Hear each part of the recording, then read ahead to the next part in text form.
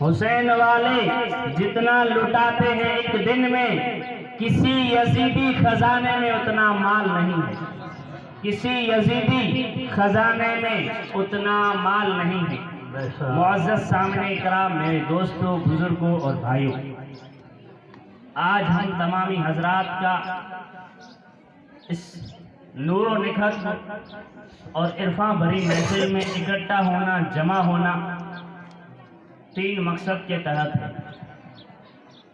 ہمارا یہاں پر اکٹھا ہونا تین مقصد کی غرض سے، خاص طور پر ویسے مقصد بہت ہے لیکن تین مقصد میں آپ کو بتاتا چلوں گا۔ آج ہم یہاں آئے ہیں تو ہمارے تین مقصد بڑے بڑے ہیں۔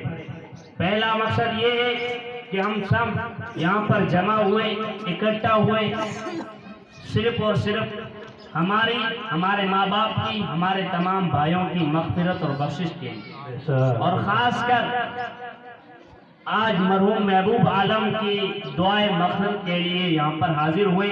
رب کی بارگاہ میں دعا کرتے ہیں کہ اللہ تبارک و تعالی مرحوم کو جنت الفردوس میں اعلیٰ سے اعلیٰ مقام عطا فرمائے، مرحوم کی قبر کو جنت الفردوس میں اعلیٰ سے اعلیٰ مقام عطا فرمائے، مرحوم کی قبر کو جنت کے باغوں میں سے ایک باغ بنائے۔ حضرات گرامی، دوسرا مقصد کیا ہے ہمارا یہاں پر جمع ہونے کا؟ کہ آج ہم دور سے ہمارے رشتہ دار، عزیز، اقارب یہاں پر جمع ہوئے تاکہ ان گھر والوں کو تعزیت دیں، ان کے دلوں کو تسلی دیں کہ وہ اللہ کی چیز تھی، اللہ کے پاس چلی گئی، صبر کے علاوہ کوئی چارہ نہیں، صبر کرو، اللہ ان کو اجر دے گا۔ یہ ہمارا دوسرا مقصد۔ اور تیسرا مقصد سب سے بڑا، ہمارا عظیم مقصد، سب سے بڑا مقصد کیا؟ اللہ کرے سمجھ میں آ جائے۔ آج ہم یہاں پر آئے ہیں، محفل میں بیٹھیں گے، نبی کی نعت سنیں گے، اللہ کا ذکر سنیں گے، اللہ کرے ان میں سے کوئی ایک بات ہم کو سمجھ میں آ جائے اور اس بات کو اپنی زندگی میں ہم اتار کر اپنی زندگی کو آگے گزاریں۔ یہ تین مقصد ہمارے بڑے ہیں، ذہن میں رکھیں، اللہ انشاءاللہ کامیابی عطا فرمائے۔ حضرات گرامی، انسان کو کبھی دکھ ہوتا ہے، کبھی سکھ، کبھی غم کا موقع آتا ہے، کبھی خوشی کا موقع ہے۔ کبھی ہم نے اس پر غور کیا کہ زیادہ تر انسان غم میں کیوں رہتا ہے اور کبھی کبھی خوشی کیوں ملتی ہے اس کو؟ زیادہ غم اور خوشی کم۔ کبھی ہم نے اس کی تاریخ اور اس کی اصلیت پر غور کیا ہے؟ میں بتاتا چلوں کہ انسان کو زیادہ غم اور کم خوشی کیوں ملتی ہے۔ ہمارے جد اعلیٰ حضرت آدم علی نبینا علیہ الصلاۃ والتسلیم کا جب قالب بنایا گیا، جب ان کا پتلا بنایا گیا شریر کا، جب ان کا مجسمہ اور ڈھانچہ بنایا گیا، تو اللہ نے، روح اللہ کی طرف سے آتی ہے اور جسم زمین مٹی سے پیدا ہوتا ہے، تو اللہ نے فرشتوں کو حکم دیا کہ مٹی لے کے آؤ، پانی لے کے آؤ، چار عناصر سے بنائیے۔ کہا مٹی لے کے آؤ۔ جب مٹی لائے تو مٹی کا گارا بنانا پڑتا ہے اور مٹی کو گالنے کے لیے پانی چاہیے، تو کوئی پانی منگایا نہیں تھا، پانی اللہ کی طرف سے برسا تھا۔ کتابوں میں آتا ہے، ہمارے علماء کرام بیان کرتے ہیں کہ 39 دن غم کی بارش ہوئی اور ایک دن خوشی کی بارش ہوئی۔ تو اس سے پتا کیا چلا کہ انسان زیادہ غم میں رہے گا اور خوشی کم ملے گی۔ اب آپ کہیں گے اللہ نے زیادہ غم کیوں دیا؟ تو اللہ نے غم زیادہ اس لیے دیا تاکہ میرا بندہ صبر کتنا کرتا ہے، میرا بندہ صبر کتنا کرتا ہے، ہمیں آزمانے کے لیے۔ یہ دنیا ہمیشہ کے لیے نہیں، یہاں تو آئے ہیں کچھ پل گزار کے رب کی بارگاہ میں جانا ہی ہماری امتحان گاہ ہے، ہم امتحان حال میں بیٹھے ہیں۔ اللہ کرے ہمارا اس امتحان چھوٹی سی زندگی ہماری کامیاب ہو جائے۔ حضرات گرامی، ہمارا دین کامل دین، ہمارا دین مذہب اسلام سچا اور کامل دین ہے۔ حج الوداع کے موقع پر عرفات کے میدان میں اللہ تبارک و تعالیٰ نے اپنے محبوب پر یہ آیت نازل فرمائی، الیوم اکملت لکم دینکم ونعمتی رضیت۔ اے میرے نبی، آج کے دن میں نے اپنے دین کو تجھ پر پورا کر دیا، مکمل کر دیا۔ اسے پتا کیا چلا کہ ہمارا دین کامیاب ہے، ہمارا دین مکمل اور اکمل ہے۔ حضرات گرامی، انسان کبھی خوشی میں ہوتا ہے کبھی غم میں، یہ اللہ کی طرف سے ہے۔ ہم نے موت اور زندگی کو سمجھا نہیں، نہ ہم اس کی حقیقت بیان کر سکتے ہیں، نہ ہم اس کو بیان کر سکتے ہیں کہ موت کیا ہے اور زندگی کیا ہے۔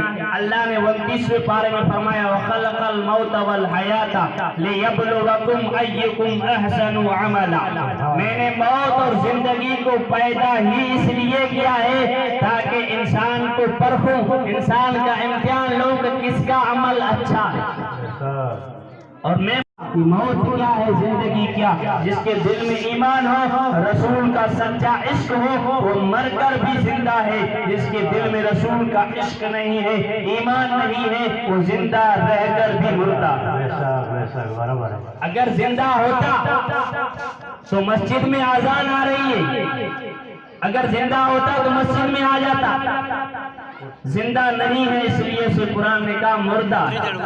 حضرات گرامی، دوسری میں نے قرآن کی ایک آیت پڑھی ان اللہ مع الصابرین، بے شک اللہ صبر کرنے والوں کے ساتھ ہے۔ اللہ پکار کر کہہ رہا ہے میں دھن دولت والوں کے ساتھ نہیں، میں جائیداد والوں کے ساتھ نہیں، میں بینک بیلنس والوں کے ساتھ نہیں، میں تو صبر کرنے والے کے ساتھ ہوں۔ انسان صبر کرتا ہے۔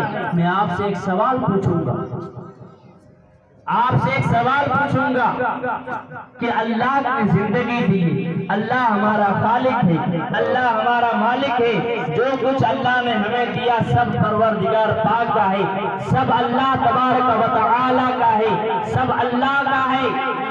اگر اللہ اس کو لے لے تو اس میں کون سی بڑی بات ہے؟ اللہ اس کو درود پاک پر اللہم صلی علی سیدنا مولانا محمد صلی اللہ علیہ وسلم صلاۃ و سلام علیکہ یا رسول اللہ صلی اللہ علیہ وسلم۔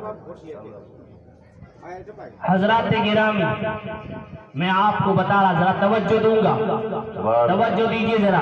حضرات گرامی، ہمیں جو کچھ ملا اللہ کی طرف سے، اللہ ہمارا مالک ہے، اللہ ہمارا خالق ہے، ہمیں زندگی دینے والا اللہ ہے، ہمیں زندگی میں ہماری زندگی گزر رہی ہے، صدقہ رسول کا ہے، عطا اللہ کی، سب کچھ اللہ کا ہے۔ اگر اللہ لے کے جا رہا ہے، اس کی امانت ہے، تو اس پہ واویلا کرنے کی کیا ضرورت ہے؟ اس پہ زیادہ غم کرنے کی کیا ضرورت ہے؟ ہاں رشتہ دار گیا ہے، آنسو آئیں گے، غم آئیں گے، لیکن واویلا نہیں کرنا۔ صبر کرو گے تو آپ کی میت کو، آپ کے رشتہ دار کو وہاں اجر ملے گا اس کا۔ آپ کو بتاتا چلوں، انسان کو اللہ تبارک و تعالی نے کہا کہ صبر کرو۔ صبر کیسے کریں اللہ؟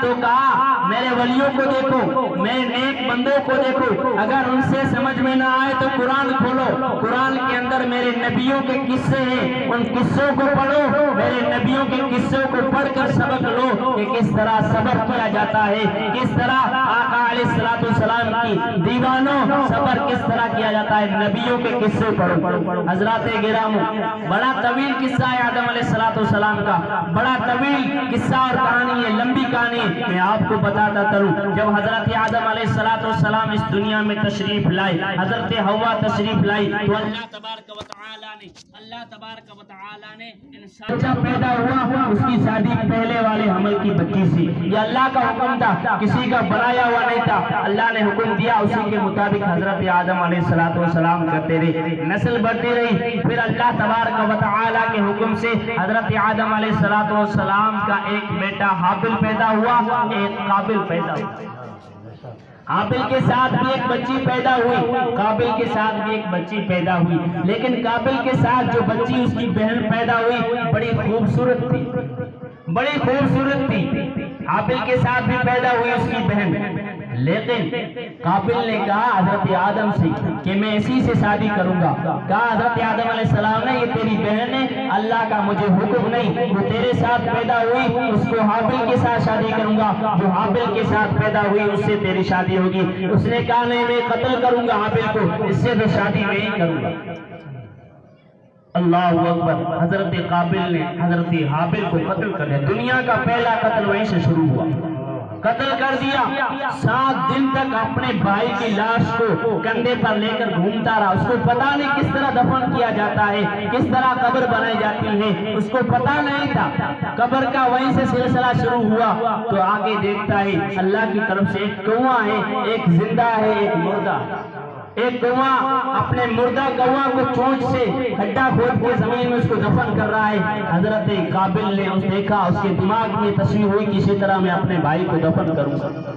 حضرت قابل نے اپنے بھائی کو کہا میں وہی کہوں گا, اپنی امت کو پیغام دیا, اپنے دوسرے بیٹوں کو پیغام دیا کہ اللہ کی امانت تھی, اللہ لے کے گیا, لیکن اپن کو واویلا نہیں کرنا ہے, اپنے کو تالیاں نہیں بجانی ہے, سینہ گھٹنا نہیں ہے, ہمیں وہی کرنا ہے جو اللہ نے سکھایا ہے. جب ایسا وقت آئے تو قالوا انا للہ و انا الیہ راجعون پڑھنا. نبی نے ہمیں صبر کر کے بتا دیا, اور کوئی یہ بات نہیں, یہ تو نبی ہے. ان کی شریعت آدم علیہ السلام جو ہمارے باپ ہے, جد اعلیٰ ہے ہمارے, وہیں سے سلسلہ چلا. بتاتا چلوں, آپ کو معلوم ہوگا حضرت محمد عربی ہمارے اور آپ کے نبی علیہ السلام کے بیٹے تھے. 3 بیٹے تھے میرے نبی کے, ہمارے عقیدے کے مطابق, ہماری شریعت کے مطابق. آج لوگ کہتے نہیں تھے 2 بیٹے تھے, لیکن ہماری شریعت کہتی 3 بیٹے تھے. پہلے بیٹے کا نام قاسم جو شیر خار میں بچپن ہی میں دودھ پینے کے زمانے میں انتقال فرما گیا, نبی کی آنکھوں کے سامنے انتقال فرما گیا. دوسرا بیٹا حضرت عبداللہ, وہ بھی بچپن ہی میں انتقال فرما گئے. تیسرے بیٹے حضرت ابراہیم علیہ السلام, ابراہیم نام تھا ان کا. جب مدینہ ہجرت کر کے آقا علیہ السلام ان کو دور رکھا تھا عوالی میں تاکہ اس کو نظر نہ لگے, بہت خوبصورت بیٹے تھے. آخرکار نبی کی اولادیں نور نلا نور ہوں گے, آخرکار اللہ کی طرف سے حکم آگا قضا کا, وہ بھی اللہ کی بارگاہ میں چلے گئے. نبی نے واویلا نہیں کیا, نبی نے ہمیں سبق دیا کہ میرے بھی لگتے جگر تھے, میرے نور نظر تھے, میرے بھی دل کی ٹھنڈک تھی, لیکن اللہ کا حکم آیا, اللہ کی امانت تھی, اللہ نے دی تھی, اللہ لے کے گیا. ہمیں سبق دیا ایسا موقع آئے تو واویلا مت کرنا, صبر کرنا, انشاءاللہ تمہارے عزیز کو اجر ملے گا. ایسا وقت آئے تو پڑھنا وہی جو ہمیں اللہ نے سکھایا, آدم نے سکھایا, انا للہ و انا الیہ راجعون. یہ اللہ کی امانت ہے, اللہ کی طرف پڑھتی ہے. حضرات گرامی, ہمیں صبر کرنا نبیوں نے سکھایا, ہمیں صبر کرنے کا حکم اللہ نے دیا. بیٹا ہے, کلیجہ ڈرتا ہے, کلیجہ پھوٹتا ہے کہ میری اتنے سال میرے ساتھ رہا, میری زندگی تھی, میرا بازو تھا, میری محبت کی دنیا تھی, لیکن اللہ کی چیز ہے, اللہ کی طرف سے آئی ہے, اللہ کی طرف جانا ہے. یہ زندگی ہے, جب بچہ پیدا ہوتا ہے تو اس کے کان میں آذان دے دی جاتی ہے, بتا دیا جاتا ہے اے پیدا ہونے والے تیری آذان ہو چکی ہے, صرف نماز باقی ہے. آذان اور نماز کے بیچ میں کتنی دیری ہوتی ہے, کتنا وقفہ ہوتا ہے, بس یہی تیری زندگی ہے, اس میں جو کچھ کرنا ہے کر لے. آذان ہو چکی ہے, صرف نماز جماعت باقی ہے. تو ہمیں سوچنا چاہیے, اپنی زندگی کو سیرت نبوی پر چلنا چاہیے. ہمیں سوچنا چاہیے ہم غفلت کی نیند میں نہ سوئے, ہم اپنے آپ کو قبر کی تیاری میں کرنے لگ جائے, ہم اپنے آپ کو فکر کریں, سوچیں کہ اللہ کی طرف سے پیغام آنے والا ہے. کسی شاعر نے کیا ہی خوب کہا ہے, آگاہ ہر بشر اپنی موت سے نہیں ہے, آگاہ ہر بشر اپنی موت سے نہیں ہے, سامان 100 برس کا ہے بلکہ خبر نہیں ہے. ہم آج سامان خریدنے میں لگے ہوئے, بینک بیلنس بنانے میں لگے ہوئے, یہ پتا نہیں کہ ملک الموت کب ہمارے دروازے پر دستک دے دے. میرے دوستوں, میرے عزیزوں, میرے وفاداروں,